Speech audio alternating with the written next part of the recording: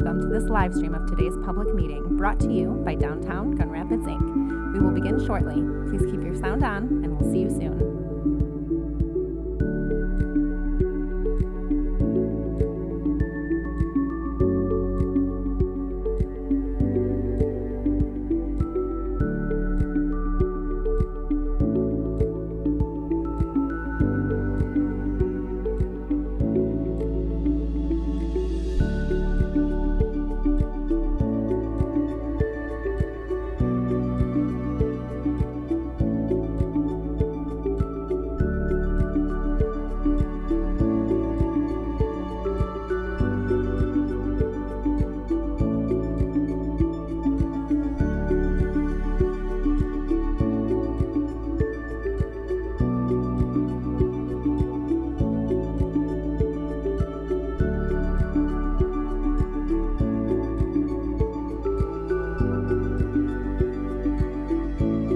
Hello, and welcome to this live stream of today's public meeting brought to you by Downtown Gun Rapids, Inc. We will begin shortly. Please keep your sound on, and we'll see you soon.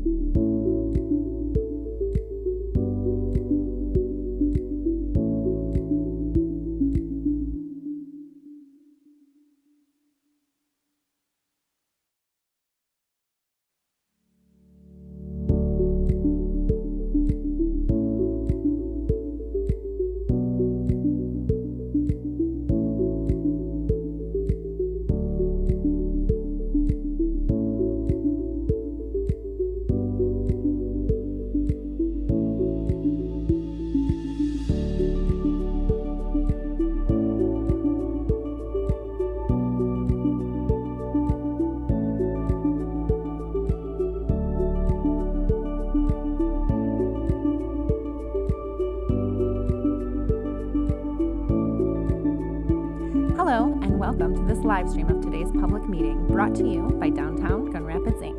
We will begin shortly. Please keep your sound on, and we'll see you soon.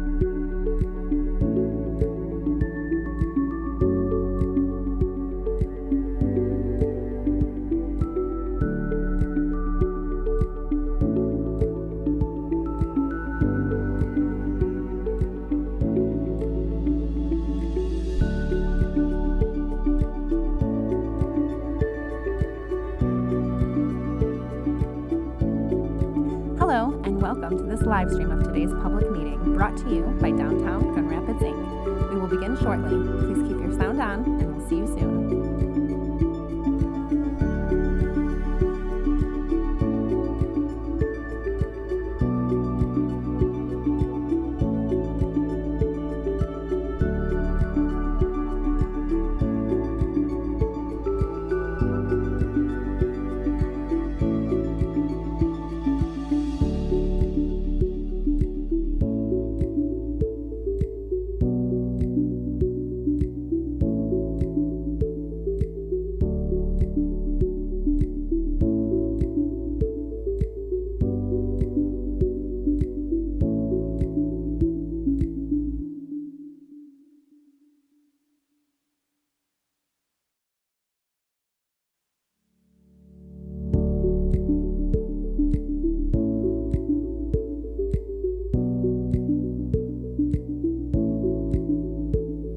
Hello, and welcome to this live stream of today's public meeting brought to you by Downtown Gun Rapids, Inc.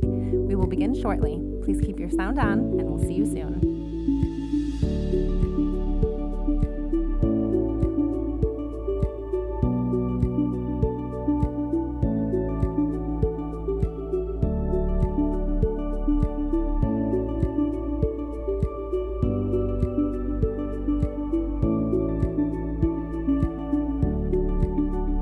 All right, everyone. Lovely days. Good morning. It's sunny. I would like to bring to order this Downtown Development Authority meeting. Thank you. I'll bring this Downtown Development Authority meeting to order Wednesday, April 12, 2023, 8:03 a.m. We are motion full today, so we'll get started as soon as we can. First are the approval of the March 8th minutes. They were in your packet. Support. Any comments or corrections to be heard? All in favor say aye. Aye. Any opposed? Thank you. Motion carries. Next are the financials. Ms. Chapman, how are you? Good morning. Good morning. So your financial statements as of March 31st, 2023 are in your packet. I do want to point out on Statement B in the revenue section, local tax increment, you'll see our gain sharing rebates went out to ITP, GRCC, Kent County, and to the city. You will not see those payments on your list of expenditures in Statement D because it's a reduction of the revenue that we bring in. But so I just wanted to point that out that that cash is out the door, but it is not on your list of expenditures. I'm happy to take any questions on any of the other statements. Otherwise, I would just ask for approval for Statement D. Are there any questions? No. I'll make the motion for approval. Support. All right. Any other comments, questions? All in favor say aye. Aye. Any opposed? All right. Motion carries. Thank you. Van Andel Alley Work. Good morning, Mark. Morning.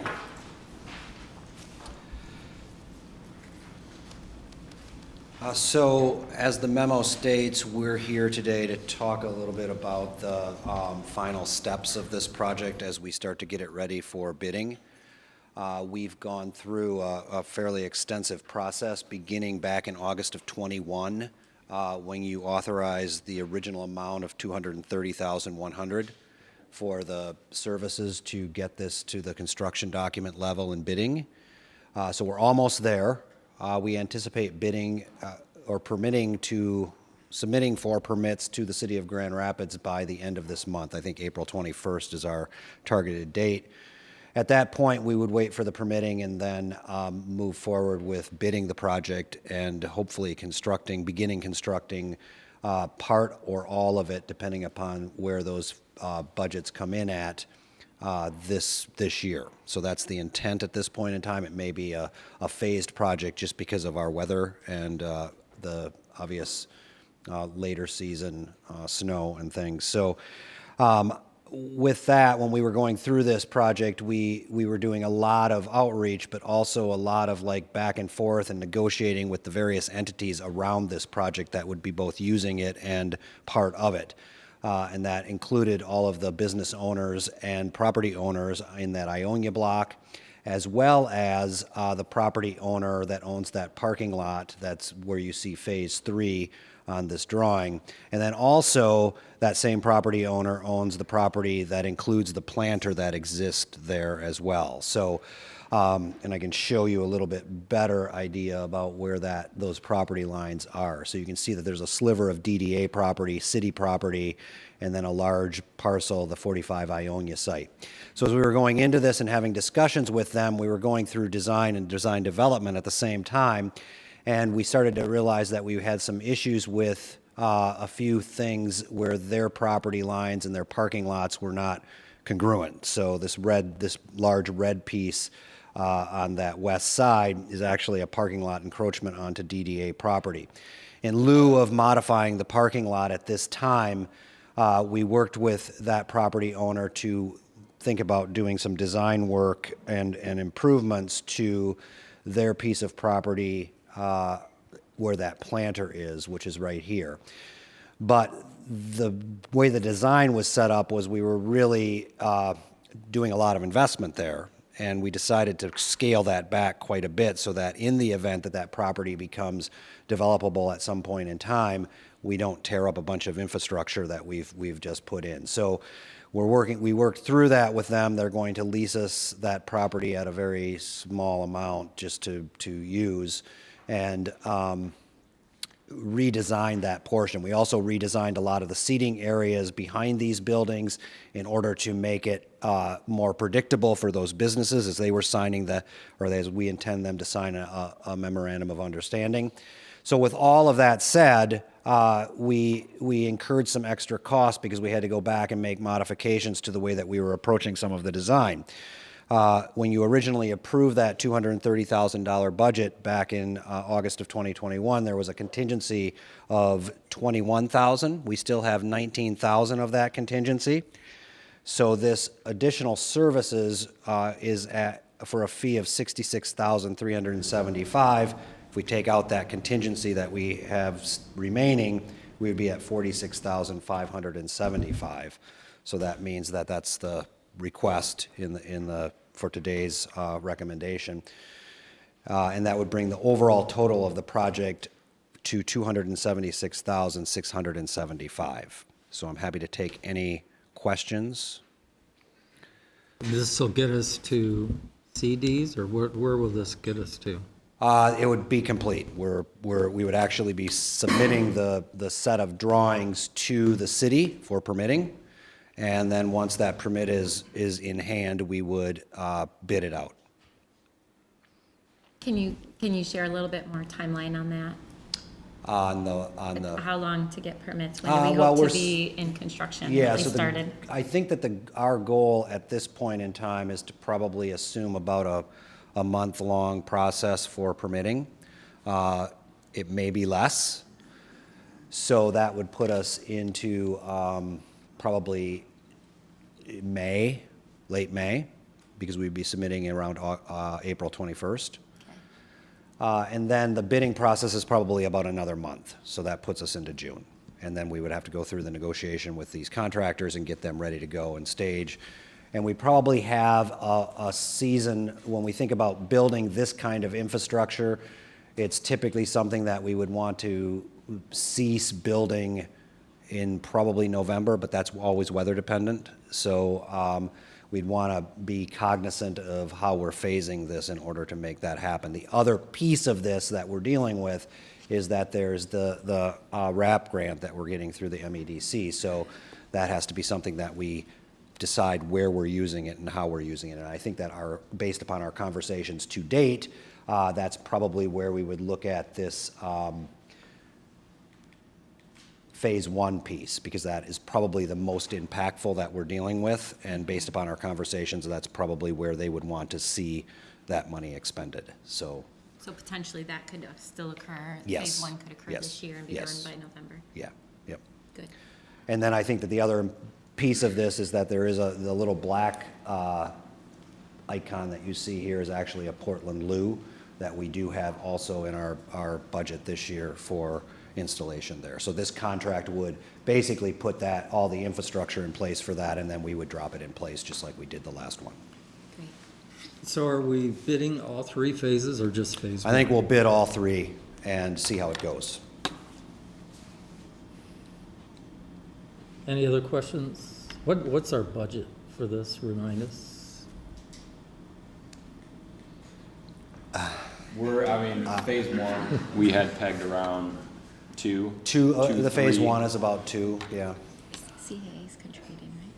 They'll be asked. They'll be asked. Yes. Yep. Will be asked. We're not there yet as Right. far as asking, because we have to We want to obviously get the bid final it. number. But Yeah. Okay. They will be asked. And as Mark mentioned, we have the RAP grant plus the DDA funds. Okay. Okay. And RAP is 800,000? Yep. Yes. Okay, good.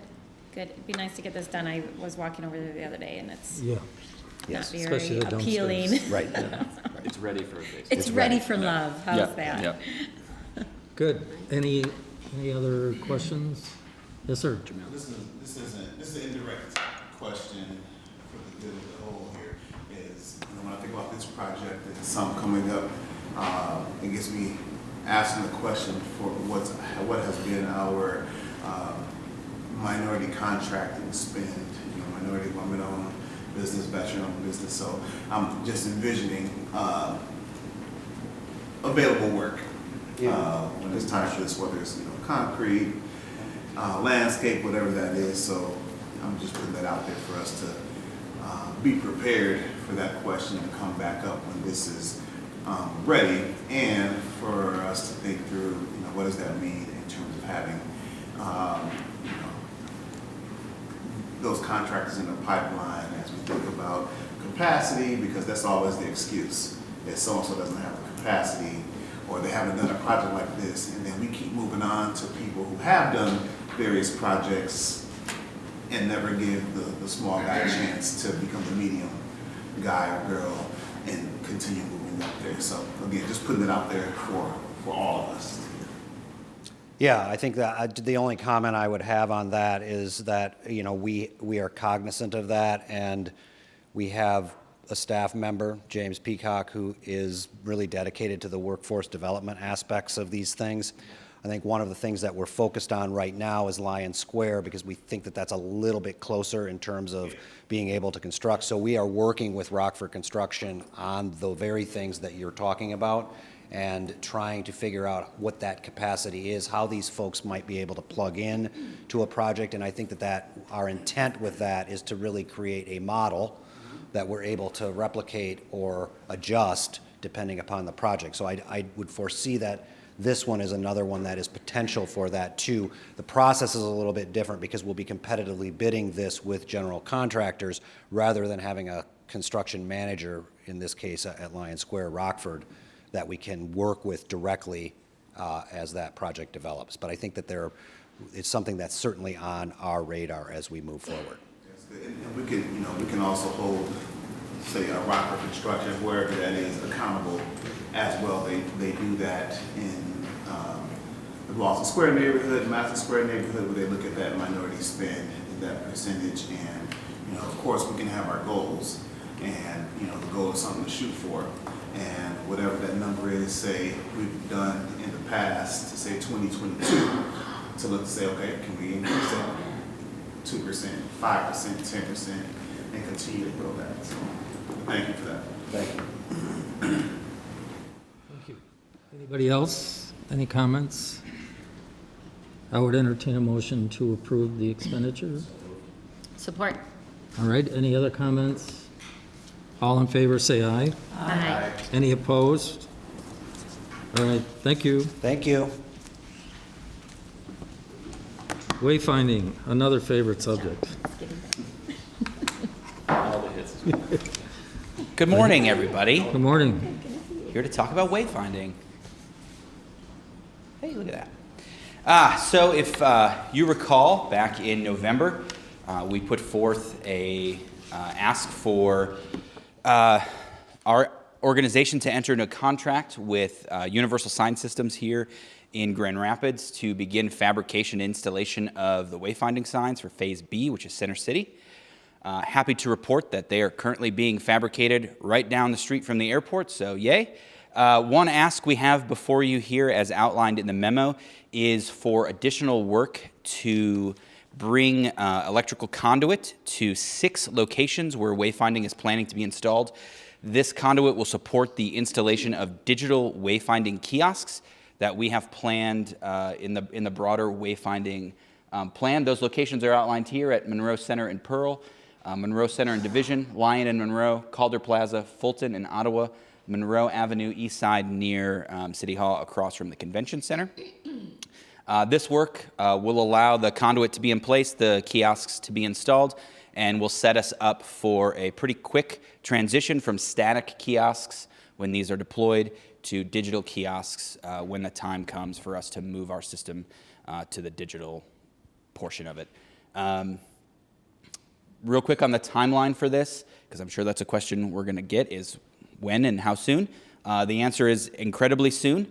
If you didn't get enough Easter egg hunting in on Sunday, feel free to walk around downtown. You can find where we've already marked the location where we're going to be either installing signs or making changes to the existing signs, including these 6 kiosk locations. So getting this approval and getting Basin Electric on board to do this work is really one of the last hurdles we need to coordinate this work to be done and begin installation of these signs within the next couple of weeks. And with that, I'll take, the ask here is for $22,417.92, which includes a 12% contingency, just in case we find anything underground we're not expecting. But yeah, with that, I will take any questions. Any questions?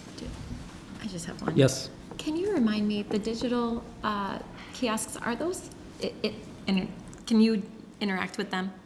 Or is it just that it'll give us the opportunity to change them as needed really quickly? Both. Okay. So we are Couldn't currently remember. working with 2 different providers to talk about the capabilities of that, and we've been pretty staunch since the beginning that we want fully interactive kiosks. I don't think just having a screen available in the public right-of-way makes a whole lot of sense. We want them to be interactive. Turns out weatherproof interactive signs is a pretty narrow field, so we've been searching high and low and have found 2 folks. So that work isn't ready to begin yet, so when these kiosks go out, they'll be static. They'll just be standard kiosks with an insertable map like the other kiosks that we're deploying, but they'll be prepared to be converted into digital once we're ready to kind of. And when will that happen?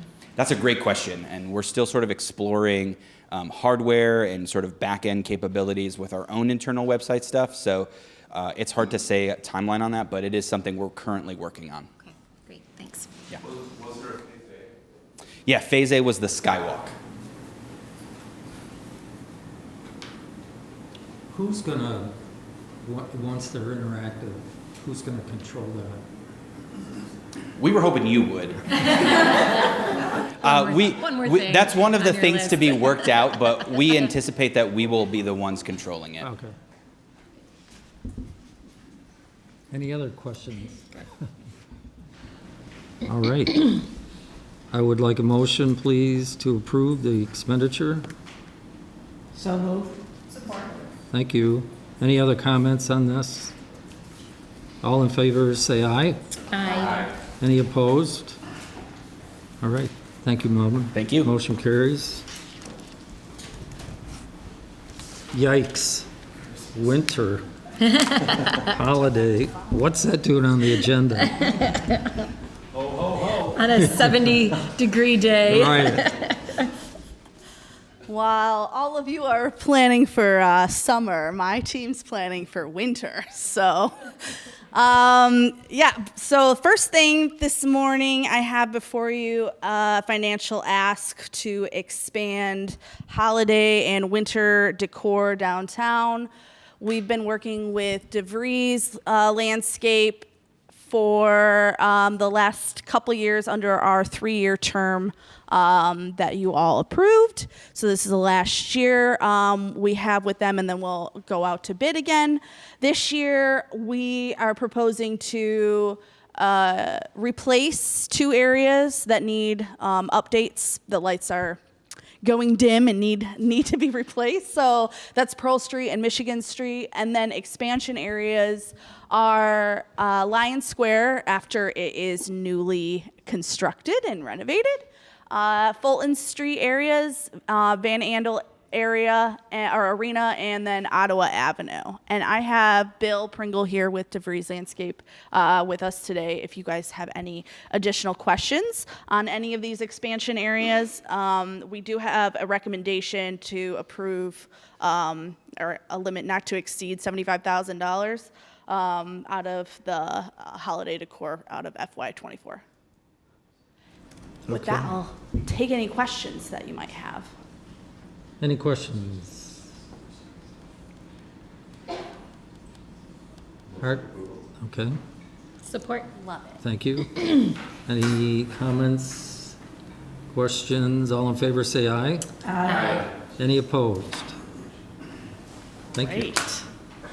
Thank you. Next thing, I'm going to invite Jen and Maddie up from Dwelling Place, but you all are familiar with the Heartside Historic Mural Program that we've been doing for the last 2 years now, and we have a proposal here in front of you to be able to work with them again for 3 large-scale murals plus 2 additional panel murals. So with that, I will pass you the mic. Awesome. And Great. Hi, everybody. It's good to see you all again. Seems like I was just here, and I was. So the Heartside Historic Mural Series, I'm Jen Schaub. I'm the Director of Community Building and Engagement at Dwelling Place, and I'm Maddie Chaffer. I'm the mural coordinator for the Heartside Historic Mural Project. we are excited to bring a new proposal in front of y'all.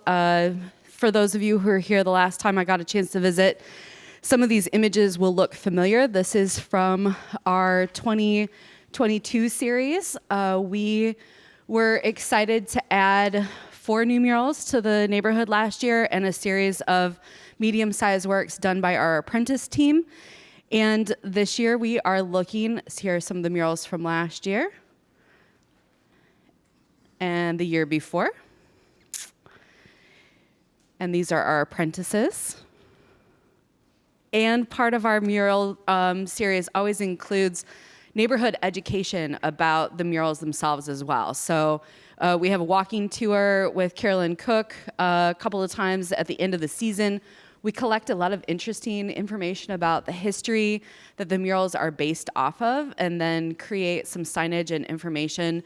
We do a lot of promoting of the murals and the mural series with our residents in the residential buildings as well, so that they know what is the history of this story that's on the exterior of our building.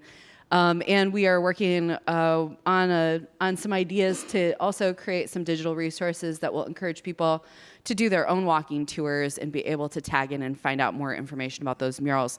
So you'll probably hear a little bit more about that later this year. Maddie, you want to talk a little bit about our process, and then we'll talk about our proposal for this year's? Yeah, so our process for selecting artists, themes, and buildings changes year to year, but we are currently in the process of selecting artists and finalizing themes that will fit with that artist's interests and with the building history of the location. We have a community stakeholder committee that meets, we have 2 more meetings coming up to determine final themes, final artists, and our call for apprentices will go out to local schools and on social media later in the summer to recruit a couple younger or emerging artists in the area and sort of bring them into the process of installing and designing and researching for a mural, just giving people that opportunity to get in to a field that is kind of difficult to get into if you don't have an existing project to take off on. And that was exciting last year because they learned so much and grew as well. Some of the sites that we're working on this year, we are working at, some of them are confirmed, and we also have 2 other contingency sites that we're working with. So right now, 333 South Division, Goodrich Street, we're gonna be replacing this abstract mural that's at the corner of Goodrich and Division. I'm a little sad to see it go, honestly, but its time has come and passed. This is one of the first murals I got a chance to commission in the many years that I have been at Dwelling Place. And so we do have to replace them. As you can see, the paint is kind of coming off the brick at the bottom there, so it's time to redo this one. We're in conversation, probably more likely Studio Park, which is at 99 Cherry. And we also have started into a conversation with GR Noir about the side of their building, and we still have to go through historic to have that discussion, but they're very excited about being a potential site either this year or next year. And this is kind of always the mode we're working in, is looking at a couple of different locations to make sure that we always have a backup site. We had situations in the past where we have a mural planned, a site doesn't work out, and I always like to have multiple sites that we're working on and with to make sure that the murals, the artists that we end up commissioning will always have an opportunity. And then we also are looking at 16 Williams, which is another verified site. So it's that kind of corner, the back corner of the building over the walkway, and potentially like something that would wrap around onto the side above the sidewalk. And so that's another confirmed site. You want to talk about the panel sites? Yeah, so the last 2 years that we've done the project now, we've been able to commission local and state artists to work on large-scale murals, but we realized this year that we didn't really have very many opportunities for people to participate who might have some physical limitations to installing a large-scale work. So we're commissioning this year 2 artists to work from their own studios or homes to create smaller murals on panels that we will then install in the entryways to these parking structures. And I think we have 1 artist confirmed. We have 1 artist that, if we're approved for funding, is interested in participating, and a second who has stated that he'd be interested. Both artists live in the Hartside neighborhood, and both, because of physical limitations, wouldn't be able to do a large-scale work. And so both of them have lived in the neighborhood for over 15 years, and so we're really excited about being able to champion their work in a space that kind of makes the walking experience more hospitable. These kind of little alcoves are tucked in, and so as a pedestrian, it's kind of a little surprise experience, like to go back to the Easter egg hunt kind of experience, right? You're walking around and you have an, oh, what's this kind of moment. So trying to enliven those spaces where there is kind of a gap in the pedestrian experience. Our timeline. So right now, we're in the process of working with our committee. They review all the themes and artists. We do some pre-work to come up with ideas for themes. We went to the library, doing some deep dive into themes that people have mentioned before, but really we haven't gotten a chance to find out more about. Our committee will help us select artists, themes, and then we kind of do a little bit of a dating game to figure out how to put it all together. Our goal would be that if approved, that in early May, we would be doing artist engagement and further history research. We work with a lot of local historians to really dig deeply into the themes. We would go in front of the Public Art Committee for the City of Grand Rapids in June, and then by August, our artists would actually be painting murals. There is some contracting that has to happen in June and July between the artist, the building owner, and Dwelling Place as the commissioning body, to make sure that everything is said and done and details are ready to go, because there's a lot of logistics. And then in September and October, we would do the walking tours and hopefully get some of those digital resources out. Yeah. So, Kim, you want to take over the mic again? Thank you. So before you today, there is a recommendation of not to exceed $60,000 in an effort to support these 5 new murals with the Dwelling Place. And with that, we're all happy to take any questions that you might have.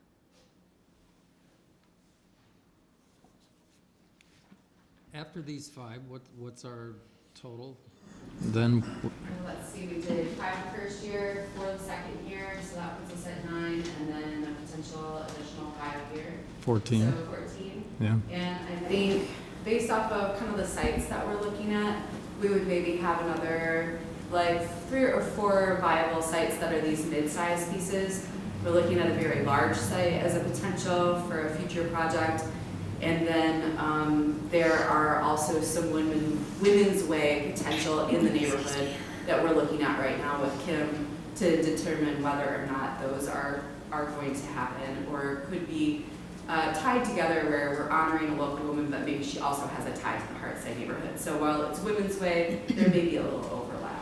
Okay. I'd also like add to that the economic return in adding all these murals. We have so many small scale businesses that host walking tours, running tours, apps that include all of these murals, and without that, these people aren't coming downtown. So adding new murals every year is a great experience for these businesses to continue their work too. So. Yes. So this is pretty cool. I got so many thoughts. I feel like I just need to schedule an appointment and a meeting. Let's do it. The entrepreneurial side of me says, is there a way to turn these murals into greeting cards and different things like that, and then allow the artist to receive some of that or all of that? I don't know how that will work. And then the other thought that I have is specifically the ones that show people. Is there a way to say get a print of that? You know, maybe the artist is autographing it, or mayor is signing something and presenting some sort of like memorable plaque type of thing to the family of either these current figures or historical figures, so that at some point when the murals are at the end of their life, that the family still has a representation of, man, my grandfather was on that building, one day type of thing. Yeah. I love that. I think we often try and stay out of the way of artists in terms of what they do with the images posts. There is in the contract a little bit of outlining around our use and their use, but they retain the rights to the artwork itself, although we have the right to like repaint after several years and a requirement to upkeep the mural. But I love where this could go, right? Like we've been excited about where this could go. We've been having a lot of conversations with excited people about like tour kind of pieces, but putting images on other works.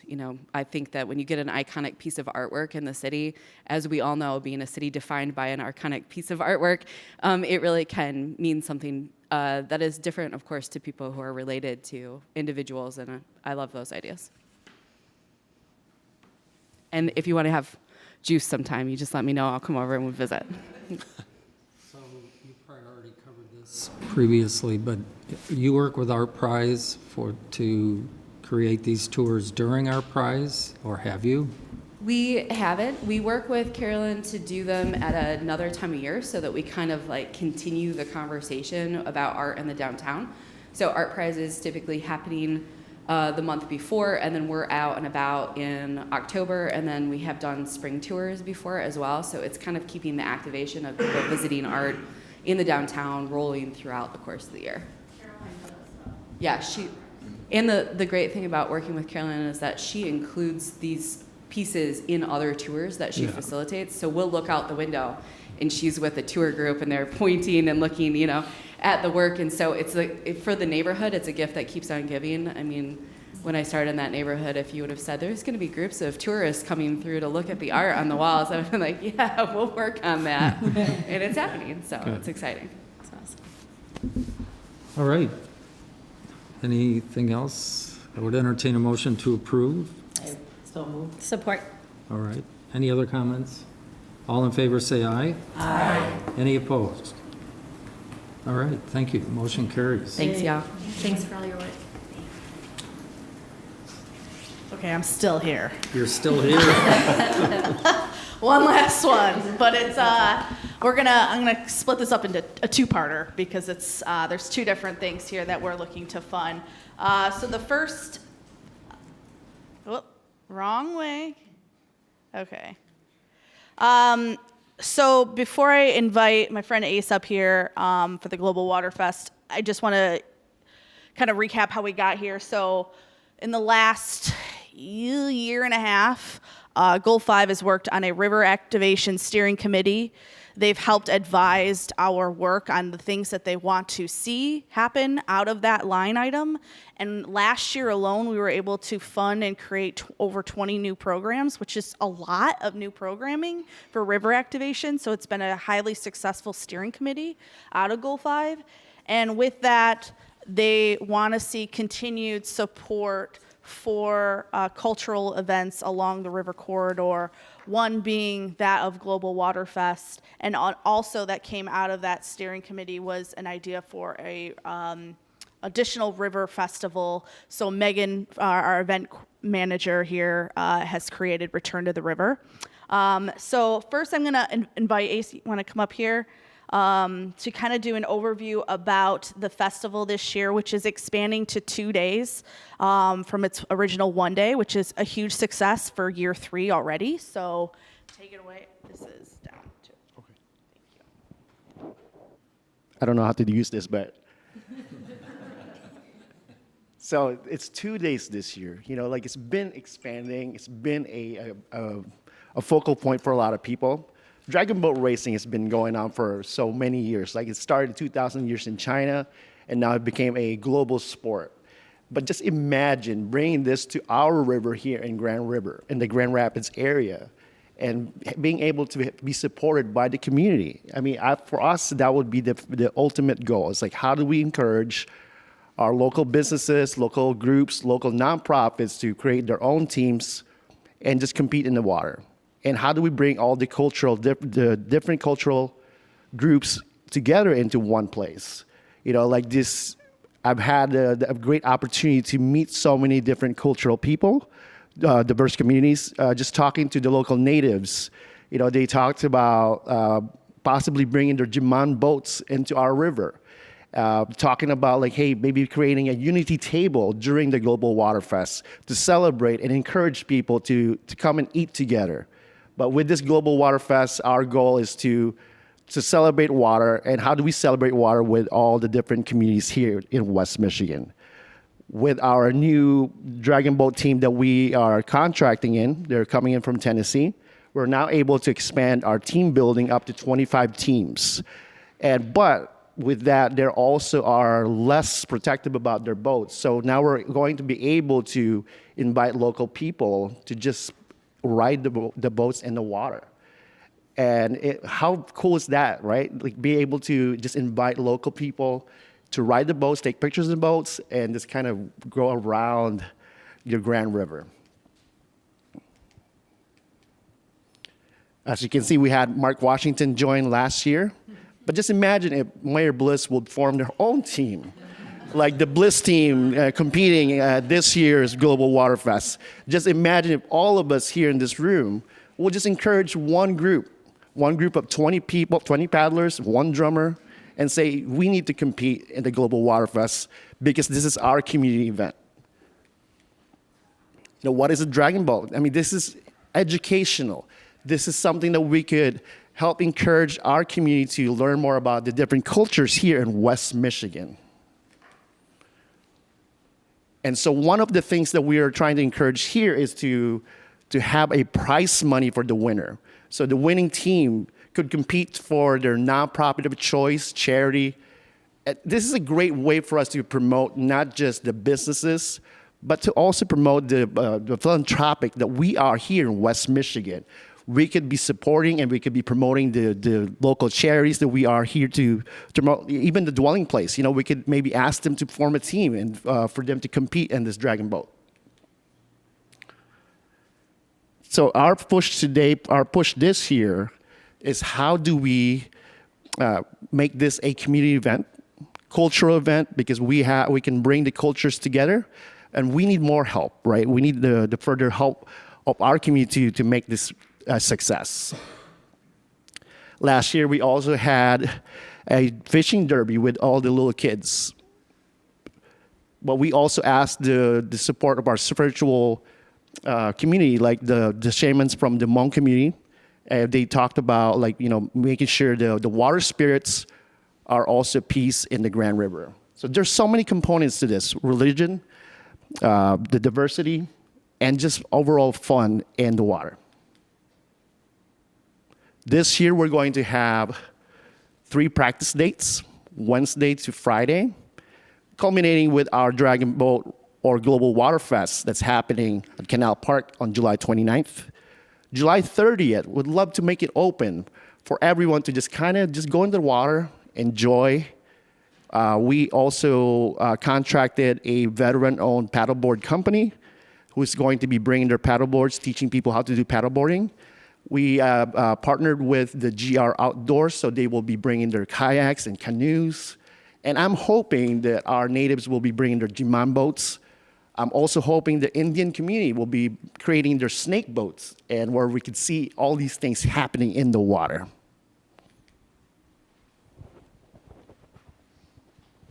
Thank you, Ace. So as you can see, this is like truly a cultural event here in Grand Rapids. It's extremely unique. There is nothing like this here in our community, and it's so inclusive to include all different cultures, highlighting how they historically, now and in the past, how they connect with the river. So I'm personally really excited on the opportunity that this year we're allowing people to get out on these dragon boats, and you don't have to compete. I don't personally think I could handle the intensity of competing, but I love the fact that I can now get on the boat and just take some of my nieces and nephews on there and feel safe and connected, and also show them an experience. So I love that about this event here. So before you, there is a recommendation to support this event at $35,000 for the Global Water Fest for the 2-day festival. And with that, we're happy to take any questions you might have. Member Vanderberg? So we brought dragon boat racing to South Haven for the grand opening of the Southside Marina in 1992, and they're still doing it. Corporation sponsor teams. I just had to get off my team, and they won like 5 years in a row. But, you know, I'd be up for a city-county challenge. Dragon boat race challenge. So, all right, we're on. It's in a minute. First annual Dragon Boat Cup. That's right. That's right. I like it. I like it. Challenge. I'm in. Do you got to run that by Stan? Oh, well, maybe.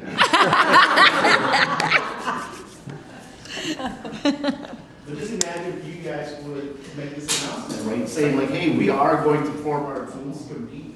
Why don't you join us? This could be something that we could do. This could be sustainable.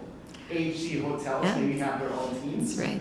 I am just thinking out, thinking the bigger picture. We could make Might it sustainable. have to do interviews then for who's on my boat. Exactly. Yeah. Who's working out? That's right. All right. This is fun.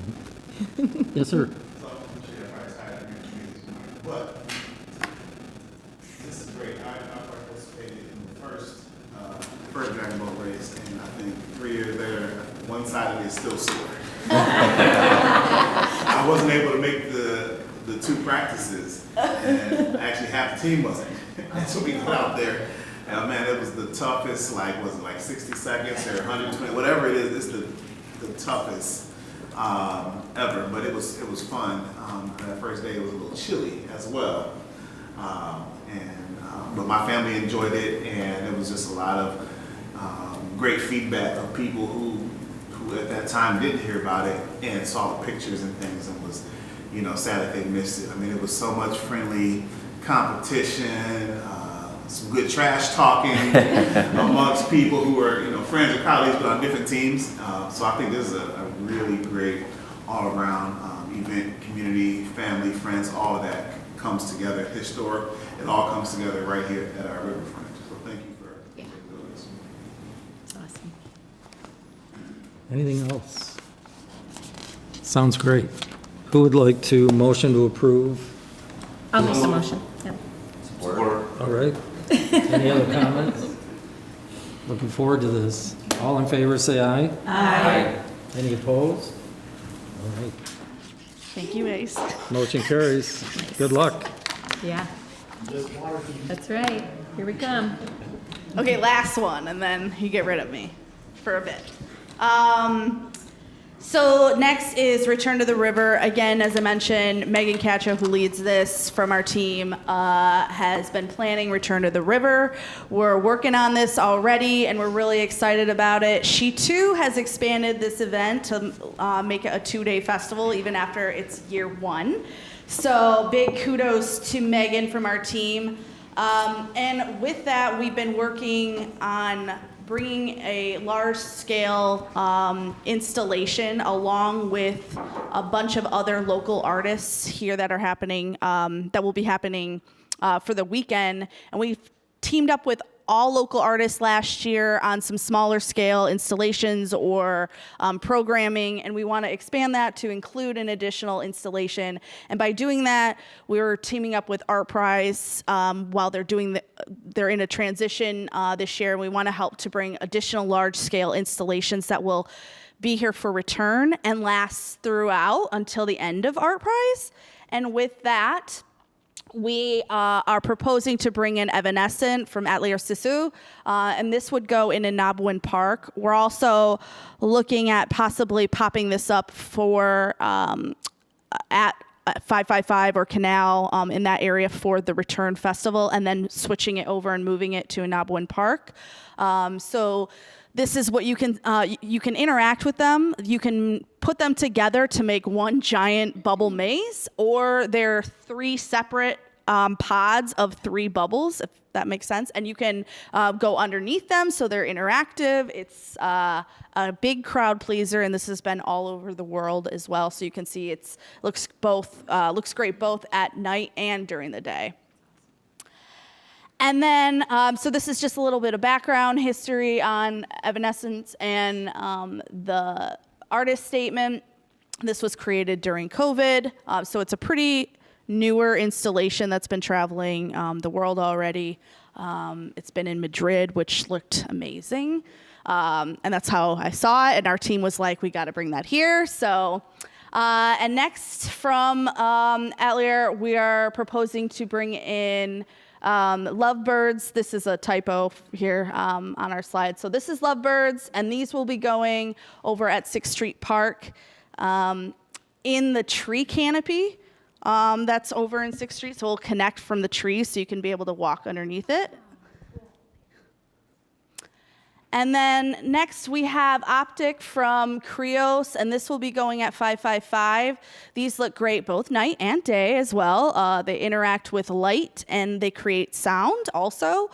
So they kind of work kind of like a stained glass, if you will, reflecting the light and absorbing the light. So there you go. So with that, we would be working with local contractors to help us get these installed. There's a lot of equipment background stuff that has to happen with permitting. We've been working with the Parks Department and the OSC on these locations. There's a lot going on during these 2 months, so finding a park that works with these installations was a little tricky, but we worked together and we found, I think, 3 great locations that will work really, really well. And the expenditure and recommendation in front of you is to not exceed $150,000, and that covers 8 weeks for these installations 6 weeks, my bad, 6 weeks, to stay here within our city. And that pays for security, all the permitting, all the event logistics, and team to even install these. So with that, I'm happy to take any questions you may have about any of these 3 installations. They look great. Yay. Comment? I have a question. Well, first, I love them, and it'll be nice to enjoy them without being bundled up. I love World of Winter, but it's kind of nice to think about being around these and experiencing them with some warm weather. My question, I know we have some work that's going to at Naboin Park. There's no concern about interference with the timeline? Working with the Parks Department, all the construction that would be happening is in the south end of the mound area where it would not impede this. Okay. This would be happening in the bowl area. Okay. So we've been working through that, and also we're not quite sure that they would even that they need to get in the bowl this year for construction or anything like that. We've been given the go that's not happening likely by this time frame. So that's how we kind of worked out with this space. If anything were to change, we can move it to a different park for sure. But okay, nice. Yes. Any other comments? Member Eddie? Great. Thank you. All right. I would entertain a motion to approve $150,000. Support. All right. Any other comments? All in favor, say aye. Aye. Any opposed? Good work. Thank you. Motion Thank carries. you all. Thanks, Kim. Next, Mr. Kelly. Yes. Thank you, Mr. Chair. I'm going to get this clicker and get us into the budget. Thank you. So this item is our FY24 budget and priority plan recommendation. So we're going to lay out, myself and staff, our plans for the year, and happy to have discussion and any questions along the way. We went through some of this last month, so I won't spend a ton of time here, only to hit on the highlight that, once again, we worked closely with our alliances as well as our over 15 project committees. So quite a bit of citizen engagement, as we always do, to put together this budget and recommendation. Wanted to also highlight, after you see it today, We will be at the City Commission May 9, seeking their approval for the fiscal year budget appropriation. The committees and alliances, obviously, we generate a lot of great ideas through them, but the focus of the work continues to be implementing GR Forward. That 10-year plan, as you know, we're about 7.5 years into it. By our tracking, 75% done, and what's left is the hard stuff. So a lot of what you'll see in the budget and that staff will walk through are continuing priorities. So a lot of the capital projects that have taken several years, some of which you've heard about this morning, like Lion Square, like Van Andel Arena Alley, like wayfinding, take multiple years, and so we continue to carry them in the budget, and you'll see specific line items for them. And so just to kind of hit on the overall expenditures, around $11.5 million in budgeted project expenditures. That excludes our admin, debt service, and gain sharing, and I'll give you some more highlights on that shortly. Approaching 100 projects, programs, and initiatives, and then 100% of the discretionary funding continues to go toward the implementation of our plan. On those pullouts I had right there, so administration, around 1.6 million. A bit of an increase from prior years, just to account for increasing costs, both for payroll, but also for HR, legal fees, et cetera. So a little bit of a bump, but still trending quite a bit below what we see as the industry standard, which is around 25-27%. On the debt service side, we did mention this last month, but just wanted to point out that DeVos Place, this is the final year that we'll make a debt service payment there. Ionia, south of Wealthy, that's downtown Market, street improvements that occurred. We continue to carry $75,000 for that annually. And then Lion Square, we've estimated, based on our understanding of the budget, $360,000 in debt service payments beginning this year. That's an estimate. We'll know more once we get our permit and we get it out to bid. Yep. Administration mentioned that our increases were less than some of similarly situated organizations. Yeah. Is that because we were already at keeping at pace at market rate, or are we creating a delta that jeopardizes talent? No, we're not. I think we had historically stayed well below the industry standard. What we're making sure we're doing now is just keeping track with the market. Yeah. Yeah. I mean, I think talent retention is a huge part of what we're doing, and wanting to make sure that we're keeping the great team that we have in place. So, but I appreciate that question.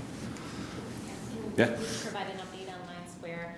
I know we got the Eagle permit. Where are we with the Clomar? And when do we hope to have those bids out and construction started? We hope as soon as possible. I do see our friends from the engineering department here. I might defer to Mr. Berkman on that. Yeah, so we are working with FEMA to obtain the Clomar. So we're happy to report that we do have Eagle permits for all three of our River Edge projects. So Lion Square, the East River Edge Walkway, and then we just received the museum frontage permit. So we have all three of those. In light of what's happening with the In-River project, we went back to FEMA and said we need to adjust our Clomar and basically take out what the In-River project was, but proceed with the three Edge projects. Yeah. And so we did meet with them last week. They are allowing us to amend our original Clomar application, which is good news because that shortens the time frame. I don't know exactly when that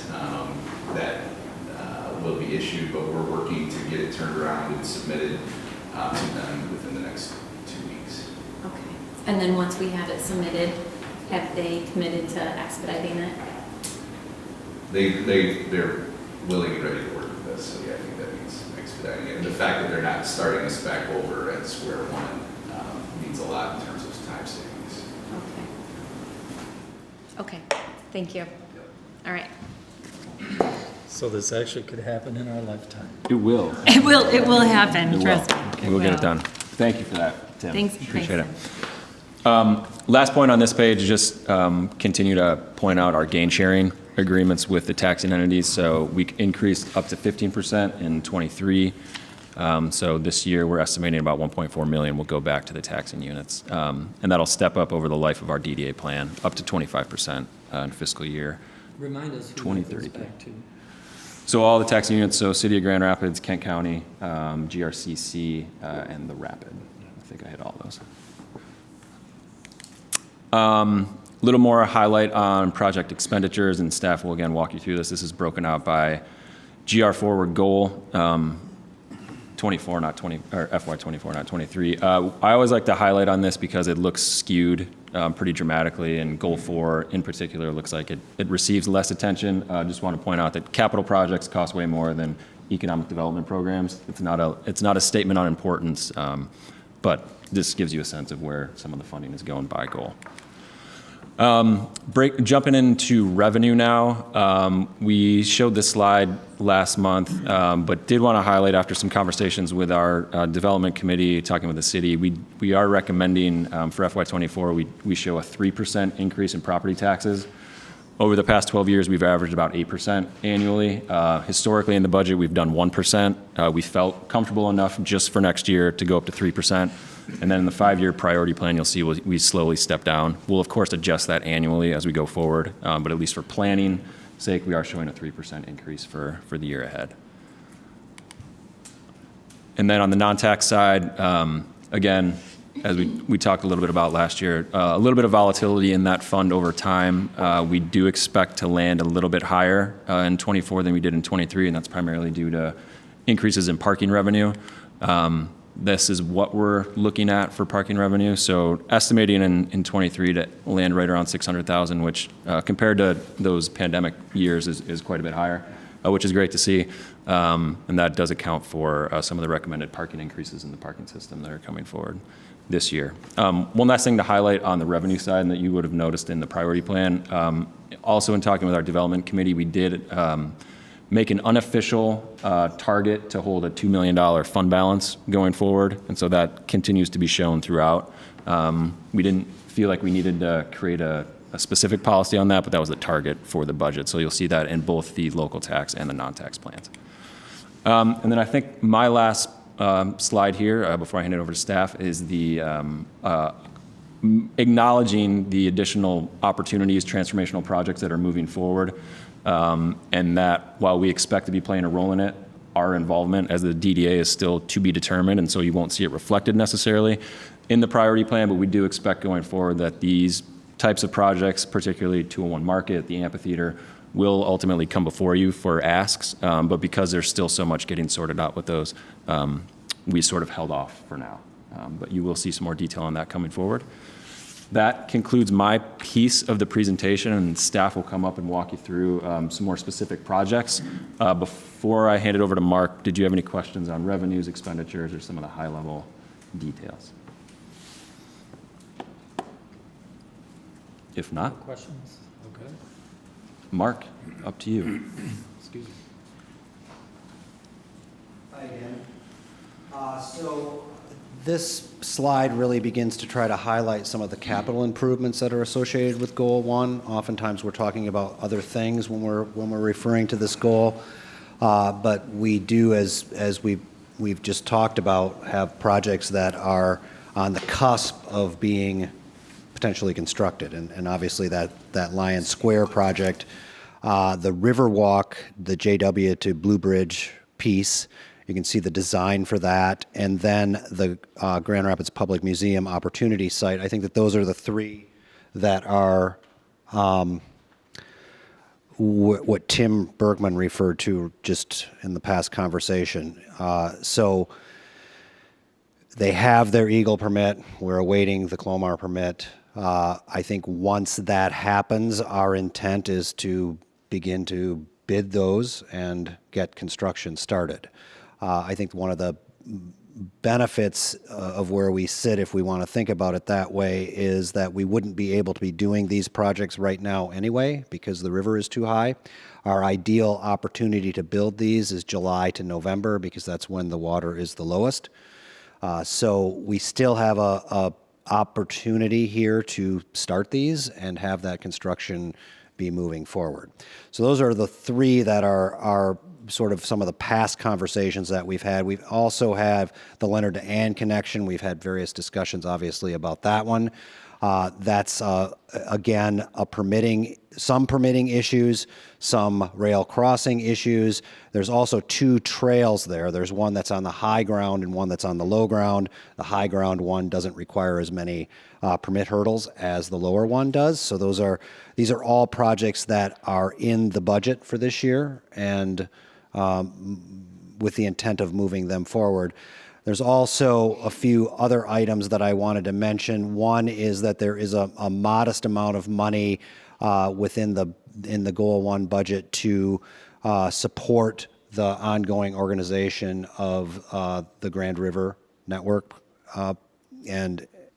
Really, I think specifically in regards to that is a plan to start analyzing the operations and maintenance of what that investment's going to be in the future. Who's maintaining it? Who's taking care of it? So I think we're going to be moving forward with some discussions about that. And then obviously in a longer term plan, the Grand Rapids Whitewater, I think that's in fiscal year 26.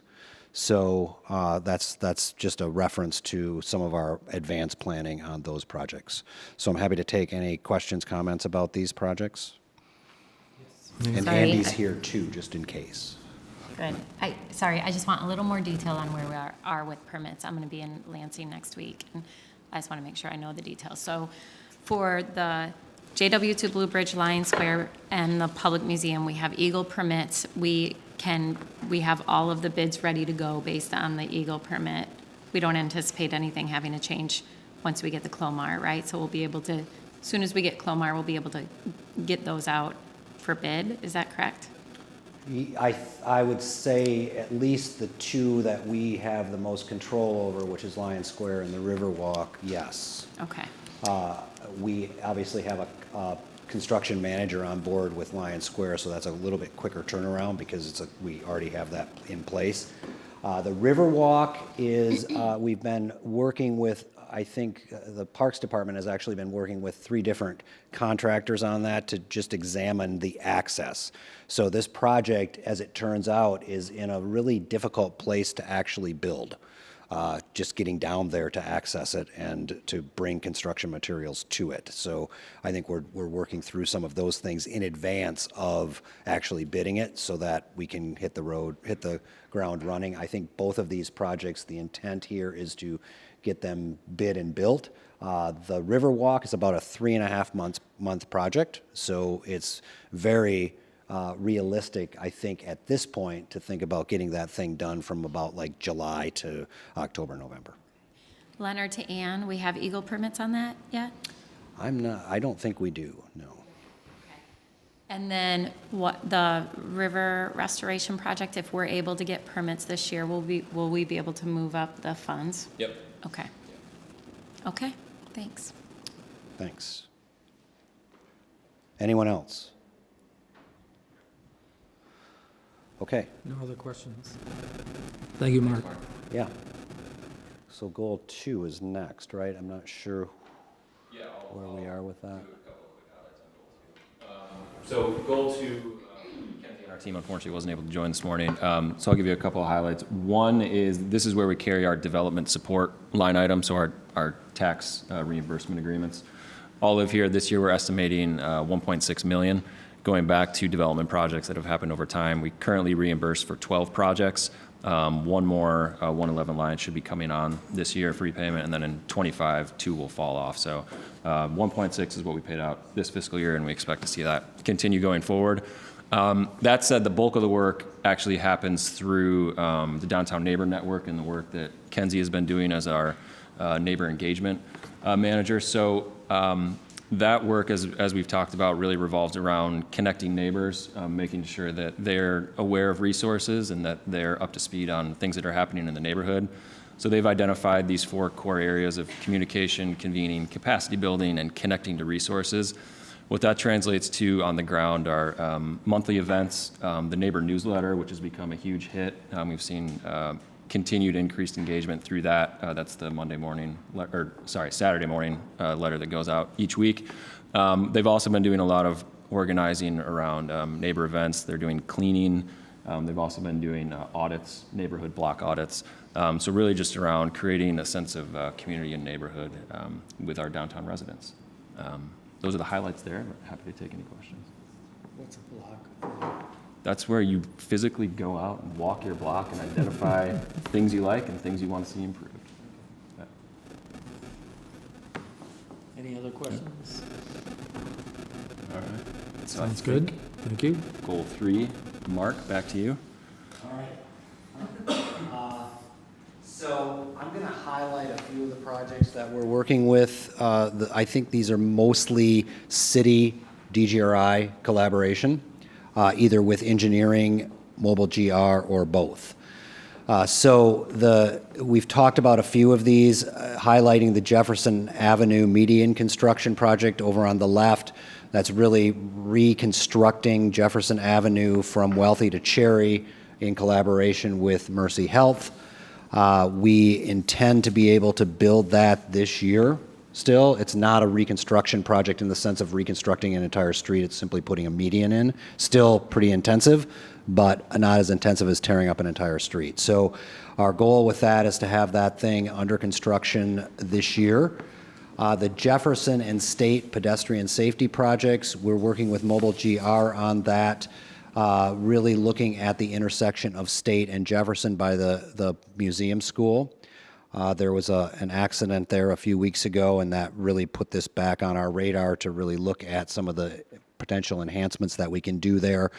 So this is a design phase of that project where we'll be looking at this intersection and two adjacent intersections, looking at potentially bulbing out the curb in order to make the crossing shorter, potentially looking at rapid flashing beacons there as well. But those things will be determined as we go through the design process in collaboration with the City of Grand Rapids. We also have the bridge and winter reconstruction project on the radar. You all authorized funding for the design of that, so we're working through that right now with the intent of moving forward with reconstruction still this fiscal year. So those are some construction design related projects, mostly in terms of increasing pedestrian safety and humanizing the streets a little bit more. Another one that I would like to highlight, because it comes up periodically in some of our discussions, is the Ottawa-Fulton intersection. So that's right near the Van Andel Arena. And if you've walked through that or driven through it, obviously that street has a weird connection because of the different angles. So this is really in response to the planning that was done a few years ago and the conversion of Ottawa Avenue to the north of this intersection. So we've always talked about converting that to a two-way or restoring it to a two-way activity. We want to be able to look at this intersection as it relates to that. And so this is really one of those pieces and parts that needs to be done from a design standpoint so we know the ramifications of making those transitions and those changes. So we're really prioritizing this year in order to try to move that conversion of the two-way to a point where we can actually do it. And then obviously there's the dash support that is always part of this. We've got furnishings that we'll be implementing as we do every year. And then the wayfinding project. So we've definitely put money into this budget to continue that project moving forward. Some of the stuff that Melvin talked about this morning, in particular, continuing to put these signs in the downtown core, but also having funding in there to continue to move forward with some of the digital kiosks. So those are priority items for us, and we think that they're tenable within this fiscal year to move forward with. So I'm happy to take any further questions regarding these projects. Any questions?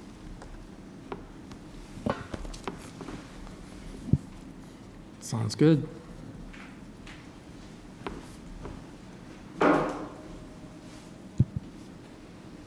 I was hoping if I didn't get up, Mark would just do mine too, but hello again. Kind of continuing the theme of continuing to do the programs and projects that we've done this current fiscal year into the next fiscal year. I would like to point out, though, that this year we got a little weird with it and did some new things in Goal 4 that we hadn't previously done, specifically focusing efforts around marketing. So we've done some pretty significant pushes around Third Thursday, which is an organizing of a bunch of businesses looking to kind of promote downtown as a retail destination and their efforts around that. So we've done a lot of support in signage, and maybe you've been on the highway and seen the billboards that we've helped them secure. Another big one that we started doing this year, a little bit more than we have in years past and hope to continue to do more of, is pop-up and incubator support. Excuse me. So just trying to help create an environment where events can come in and really showcase the diverse economic businesses that we have in downtown. Specifically, this vintage one is really cool. It's hosted by Mitten Vintage, which is not from downtown, but they are working with all 4 of the vintage retailers in downtown. May 6th, if you would like to go, it's at Calder Plaza. Highly suggest you check it out.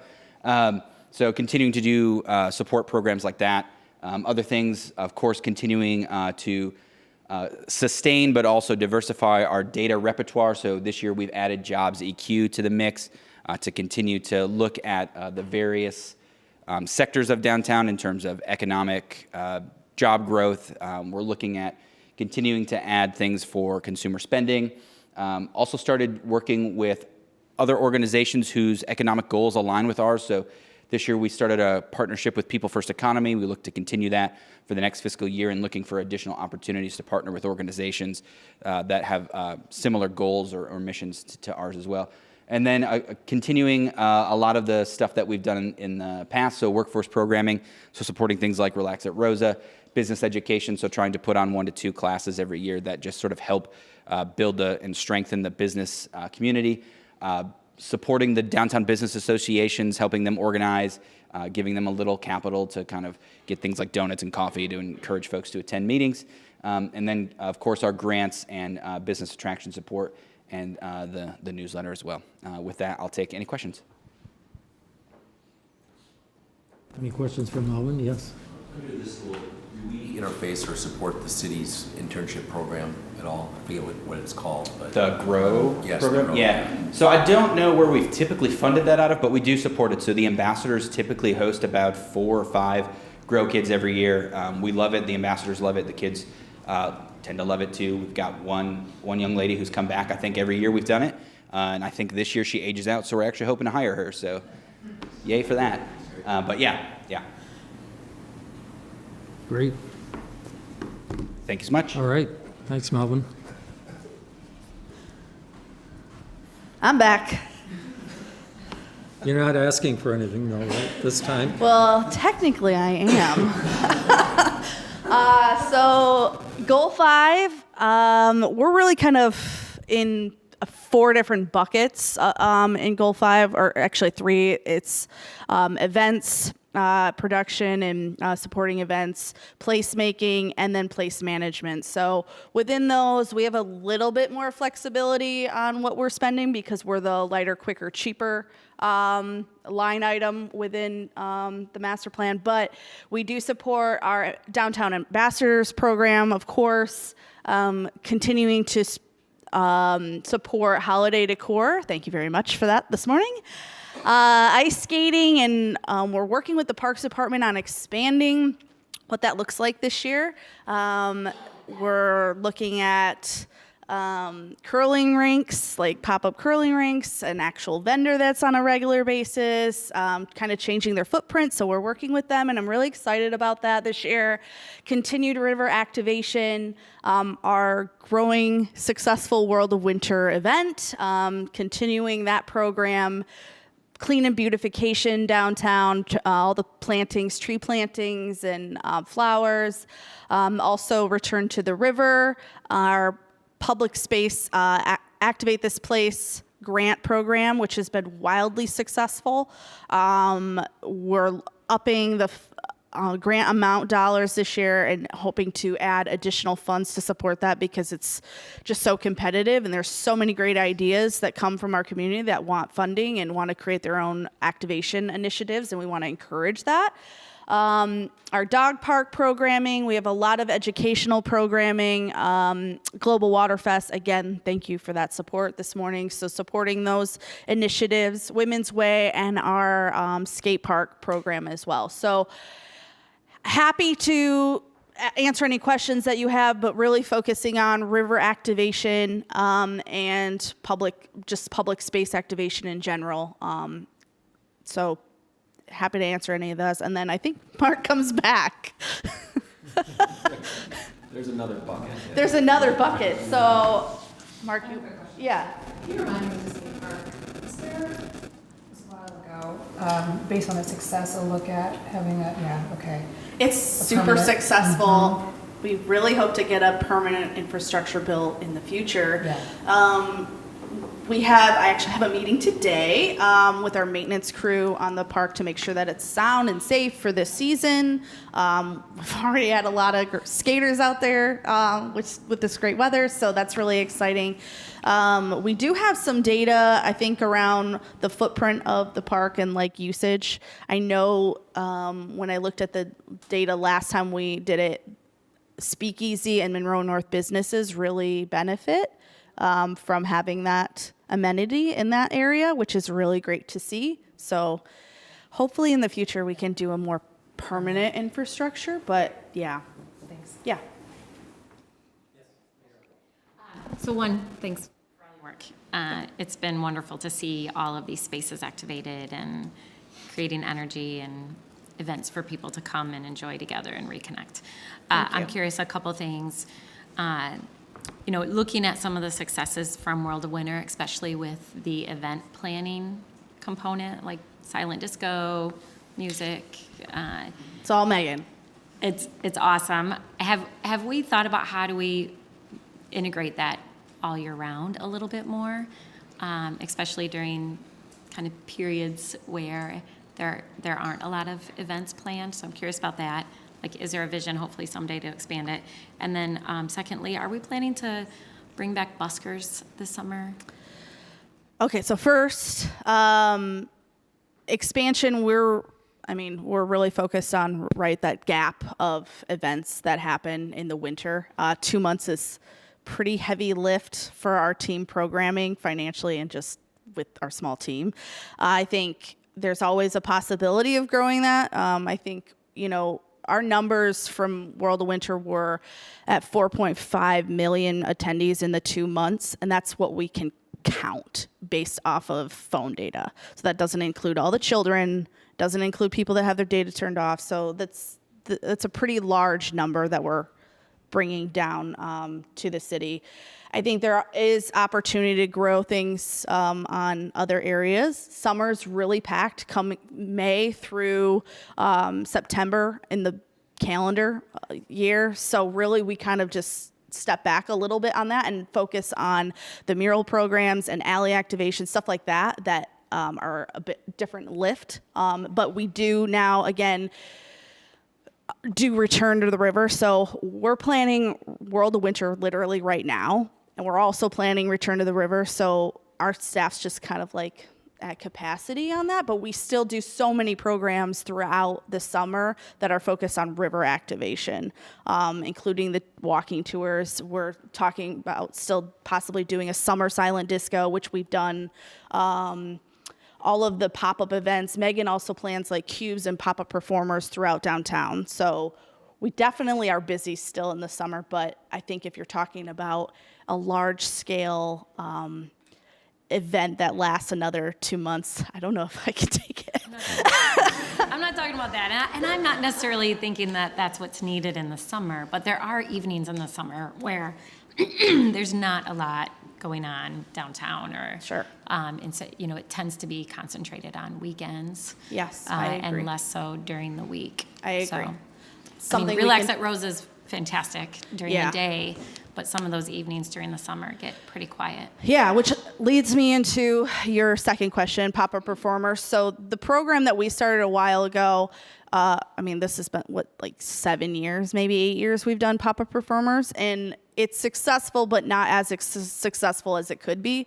When we program these spots, it's to activate spaces while people are waiting in line to get into Van Andel Arena or help the businesses out. What we come to find is they don't either like the type of performer that is there that's signed up. So what we're kind of transitioning to is Melvin gets to take it over. And Melvin.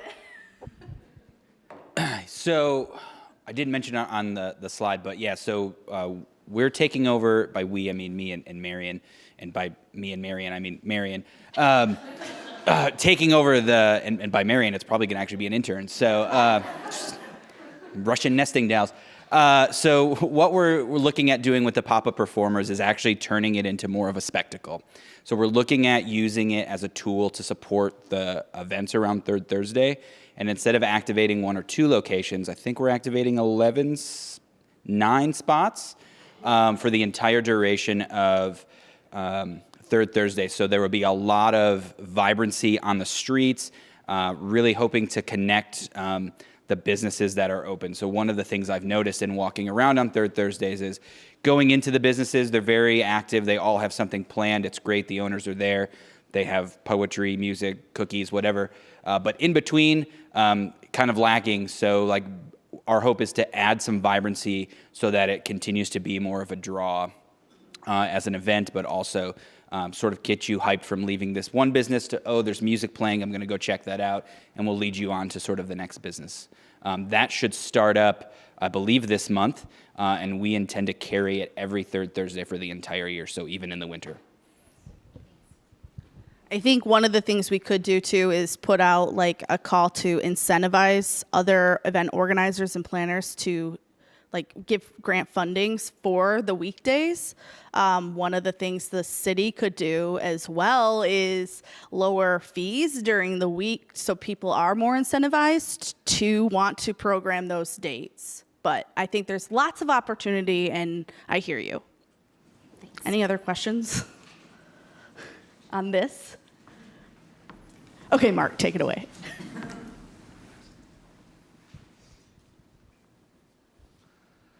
Okay, this is the last time.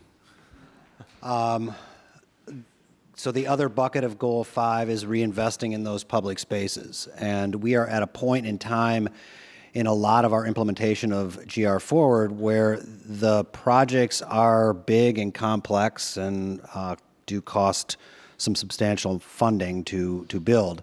So we're in this point where we're moving through a couple of these projects, and I'm going to highlight the Hill and River Network. We've talked about that a few times here. This was originally thought of as Switchback Park in GR Forward.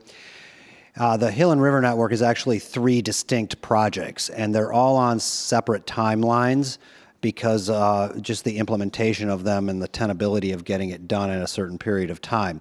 So focusing on the tunnel portion of the project, and that's that tunnel that runs underneath the highway, the old GR Press rail tunnel.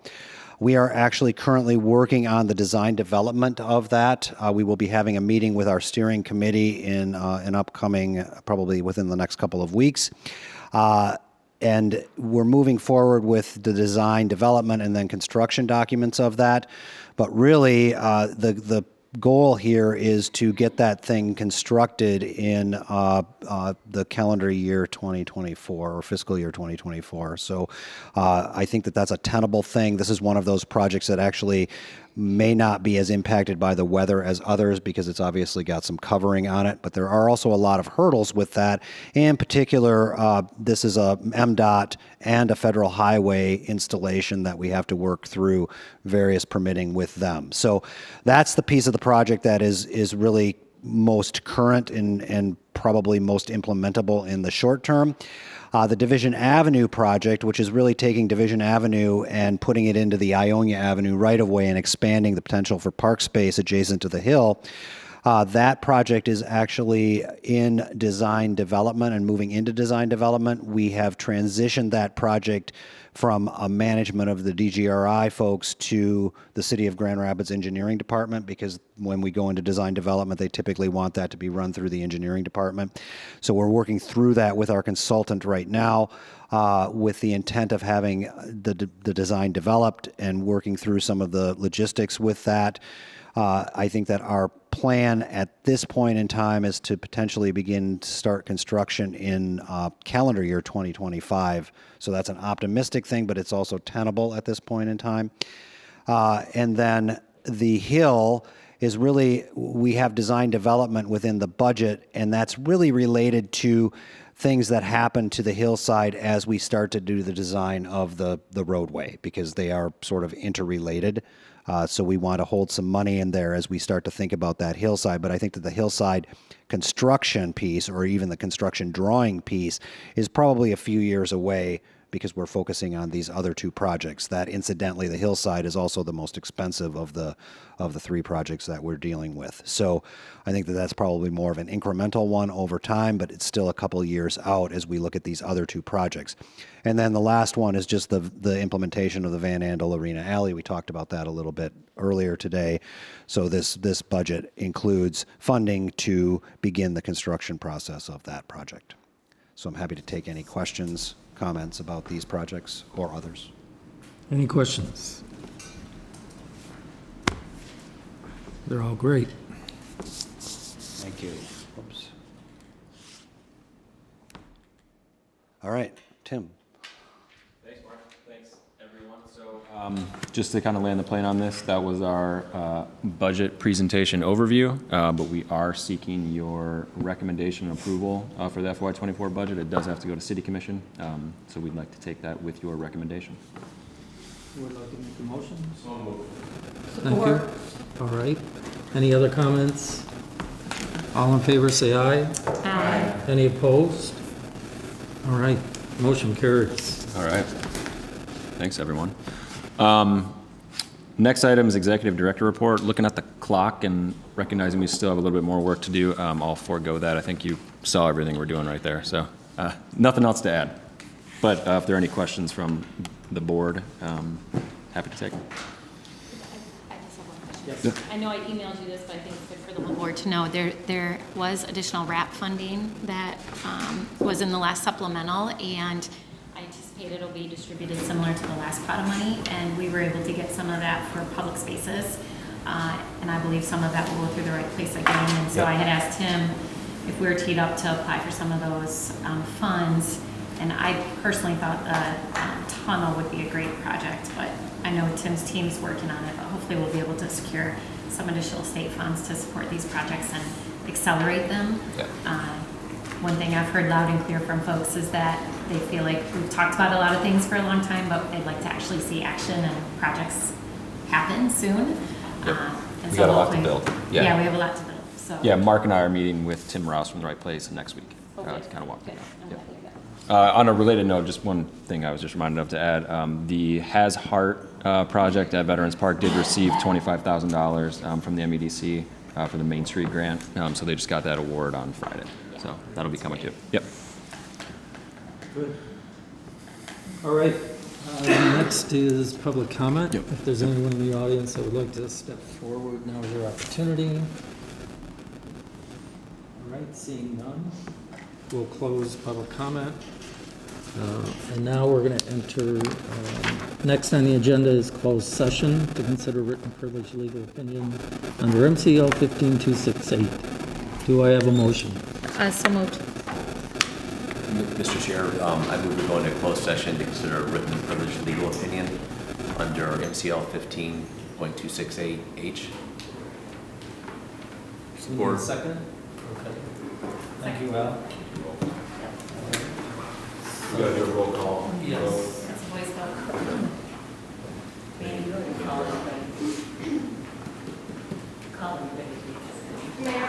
yes. Good. Member Eddie? Are you